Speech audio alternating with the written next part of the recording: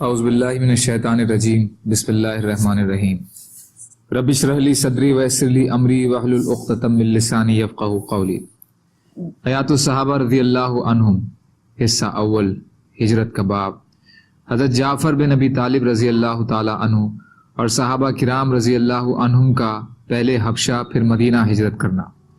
حضرت محمد بن حاتب رضی اللہ تعالی عنہ فرماتے ہیں کہ اللہ کے رسول صلی اللہ علیہ وسلم نے فرمایا، میں نے خواب میں کھجوروں والی زمین دیکھی ہے، تم لوگ وہاں چلے جاؤ۔ چنانچہ حضرت حاتب اور حضرت جعفر رضی اللہ تعالی عنہ سمندر کے راستے سے روانہ ہوئے۔ حضرت محمد فرماتے ہیں کہ اسی کشتی میں پیدا ہوا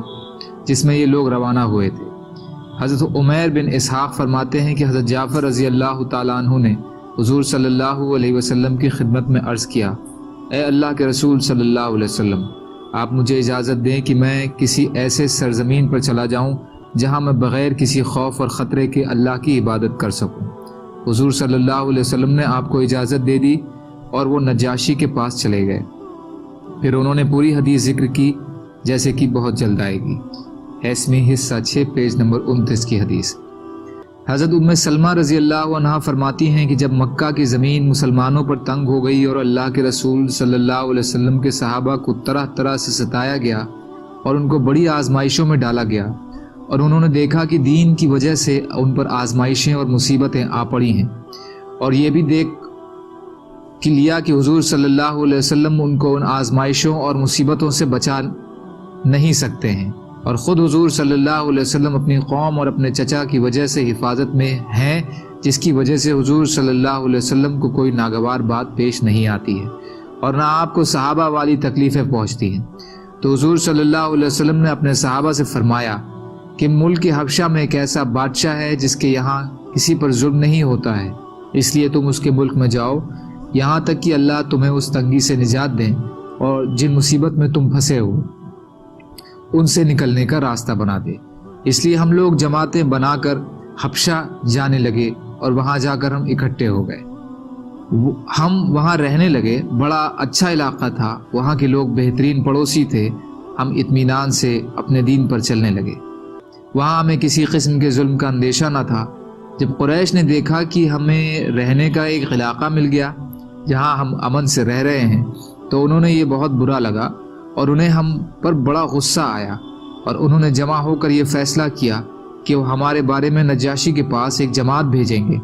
جو ہمیں نجاشی کے ملک سے نکال کر ان کے پاس مکہ لے آئے۔ اس لیے انہوں نے عمرو بن عاص اور عبداللہ بن ابی ربیعہ کو وفد کے طور پر بھیجنا طے کیا اور نجاشی اور اس کے جنرلوں کے لیے بہت سے تحفے جمع کیے۔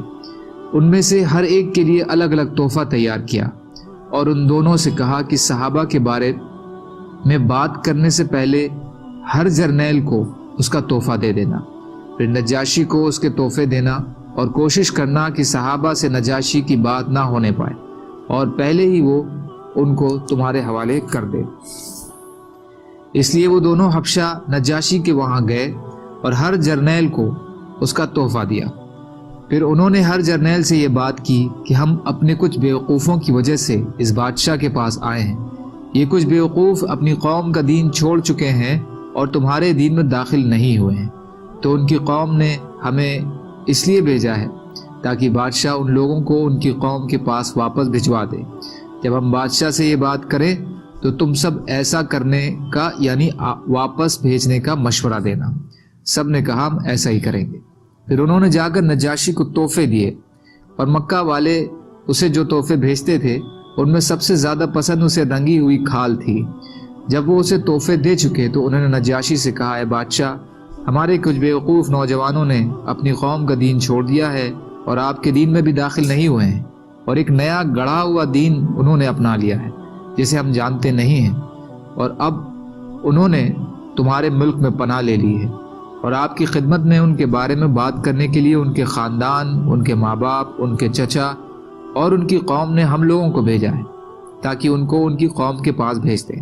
کیونکہ ان کی قوم والے ان کو آپ سے زیادہ جانتے ہیں اور وہ لوگ آپ کے دین میں کبھی بھی داخل نہیں ہوں گے کہ آپ اس وجہ سے ان کی حمایت اور حفاظت کریں۔ اگلا حصہ انشاءاللہ اگلی حدیث میں۔ سبحان اللہ و بحمدہ سبحانک اللہم بحمدک اشہد ان لا الہ الا انت استغفرک واتوب الیک سبحان ربک رب العزت عما یصفون وسلام علی المرسلین والحمد للہ رب العالمین برحمتک یا ارحم الراحمین لا الہ الا اللہ محمد رسول اللہ